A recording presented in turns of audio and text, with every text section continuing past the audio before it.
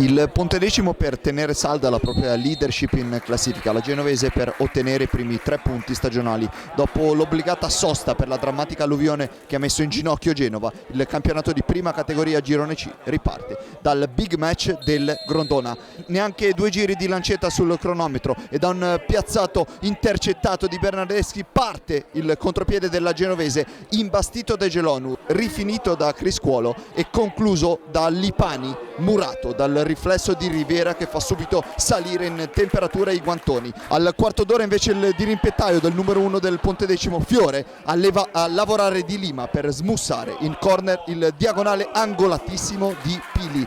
3 minuti dopo, il 18esimo, però la Genovese sfonda con un'idea geniale di Ugo Donald e Gelonu che taglia fuori la retroguardia di casa permettendo l'inserimento di Pezzoli che salta in pallonetto Rivera portando in vantaggio gli ospiti. Immediata la reazione granata, neanche 60 secondi dopo il corner di Bernardeschi rintraccia la testa di Segalerma, ma la torsione del mastino Scuola Baiardo si scontra con l'esplosività di Fiore. Fiore conserva, Zani incrementa perché il raddoppio era stato 38esimo con questo colpo di biliardo del fantasista che permette alla Genovese di raddoppiare, siglando il quarto sigillo stagionale. Esito immediatamente rimesso in discussione 3 minuti dopo con questo rigore decretato dal signor Trajanowski di Novi Ligure per la trattenuta di Fiore ai danni di Pili. Dagli 11 metri è glaciale l'esecuzione di Marelli. La concessione conseguente realizzazione del penalty scatenano le proteste di un Gallo che guadagna così immediatamente gli spogliatoi.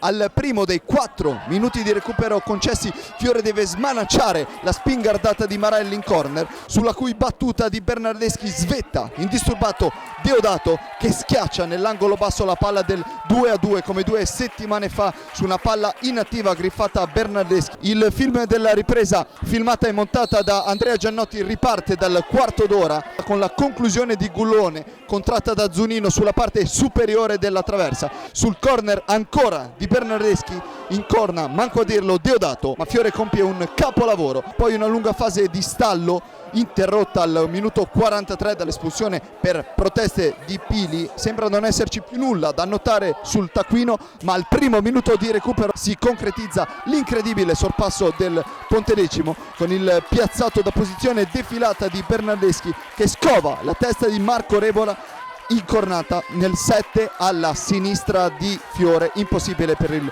portiere intercettare il colpo di testa. Non poteva che concludersi con il colpo di scena finale, un match letteralmente rocambolesco con il doppio vantaggio della Genovese raggiunta e poi superata nel finale, nel recupero dal Pontedecimo che così mantiene la vetta solitaria della classifica a punteggio pieno. La Genovese recrimina per la rete che ha rimesso in gara il Pontedecimo ma rimane ferma a 3 punti in classifica.